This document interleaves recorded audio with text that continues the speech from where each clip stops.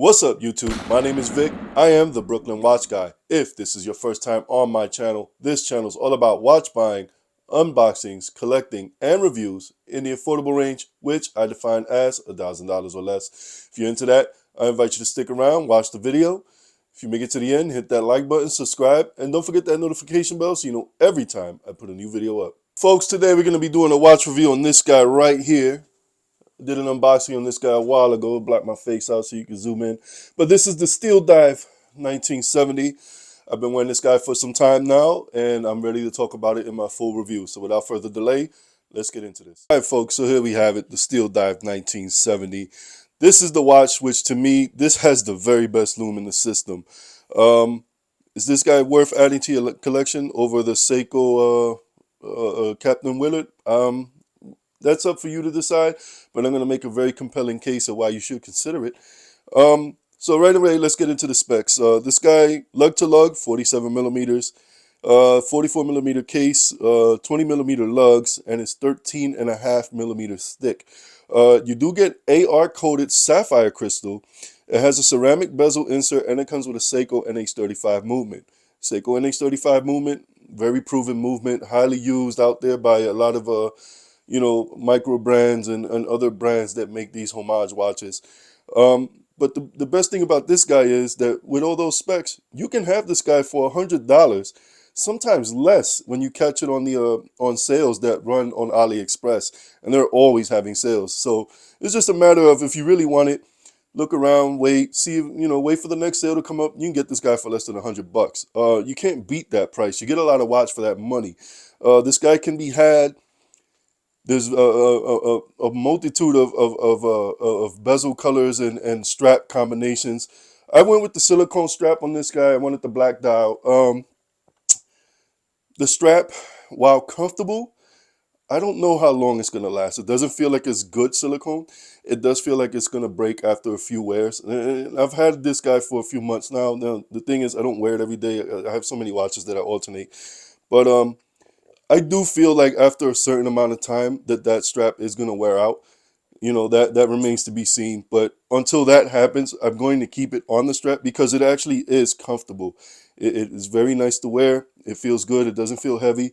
Although the watch itself does have a little bit of weight. But, it's nothing too drastic. But watch itself, very reliable. The lume on this thing.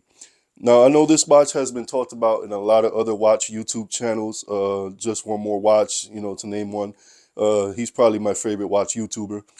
Uh, this guy has won his Lume Wars, I think twice now. And he's not full of shit.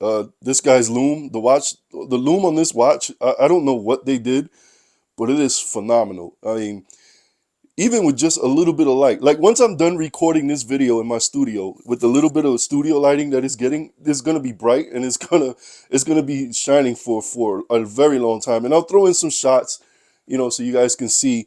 But I'm telling you, man, the shots do not do this guy justice. This lume is just crazy. It is phenomenal, and this is definitely the lume king. This watch, while great in some things, a couple things that I can't complain about. The crown. The crown, it's not very big. It's also a little bit hard to grip. So sometimes when I'm trying to screw it back in after resetting the time or whatever, or the date, I do have issues screwing it in, mainly with grip. Um, doesn't feel flimsy. It doesn't feel cheap or anything like that. It's just the grip. It's more so the grip. The time on this guy, dial, very easy to read. Um, Overall, I love this watch. Became one of my favorite watches in my collection, and this is one that's going to stay with me for a long time. Even as I subtract and add, this is going to be a constant because I do sell watches off. I do buy new watches. I do sell other watches off. This one's never going to be in that rotation. Uh, Worth having in your collection. The thing is, I love Seiko. I do. I've said this in many of my videos. But when they reissued the Captain Willard, that's $1,000+ watch, and I don't know if it's still being sold, but trying to get one in the resale market is even marked up more. Um, they're not identical. That one does come with the sapphire ceramic bezel insert. It is AR coated, but it does have a higher quality movement. But that's not to say that the NH35 is a cheap movement. It is still a very good, reliable movement.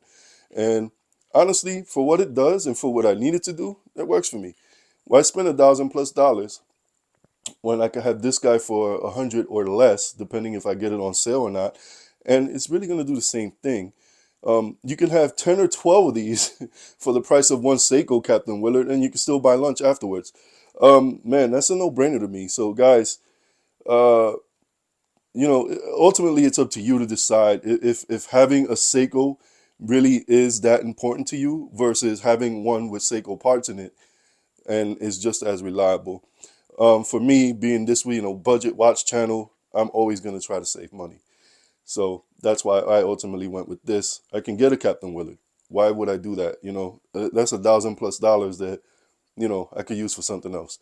Uh, the Steeldive really has a winner here. And, I don't do variants. And actually, I know I said that a lot last year, but this year has been a different story. I have um, bought some variants of other watches, and maybe I'll do a video on that. Maybe I won't. I don't know. Um, but yeah, this is an awesome watch. Uh, Readability, reliability, everything is just a great watch to have. And I'm gonna give you guys my final thoughts. Matter of fact, I'm gonna put this guy on my wrist so you can see how it looks, and then I'm gonna give you my final thoughts.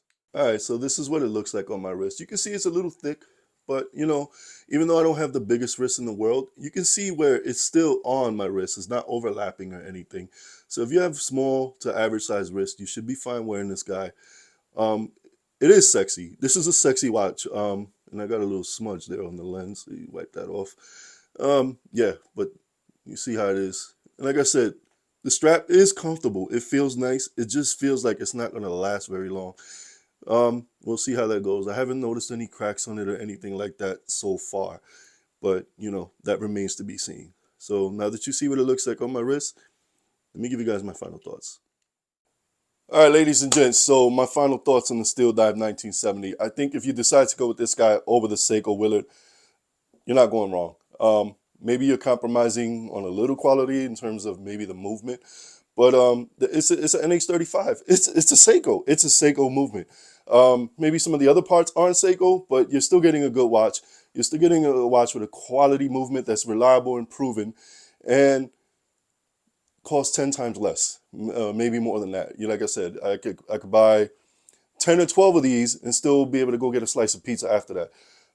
This is a good watch. The Lume alone, that's what sold me. Like I said, just one more watch, Jody's video. That's what sold me on it. And let me tell you, he's not full of shit. The watch is worth the hype. It is a great watch. And if you're not a Seiko purist, if you can live with the logo, and not that it's ugly or anything, but it doesn't say Seiko.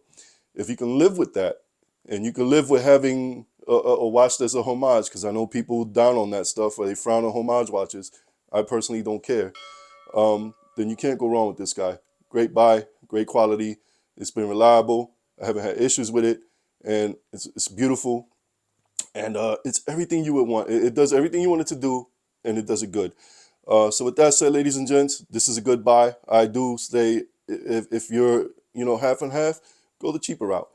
Cheap doesn't always mean bad, and that's what I like about watch collecting. So with that said, ladies and gents, I will see you on my next one. Peace. Hey YouTube, it's Vic, the Brooklyn Watch Guy. Got any questions or suggestions for content? Well, scan this QR code, send me an email. Maybe you see your idea come up, or I'll answer your question on a video. Thank you for watching.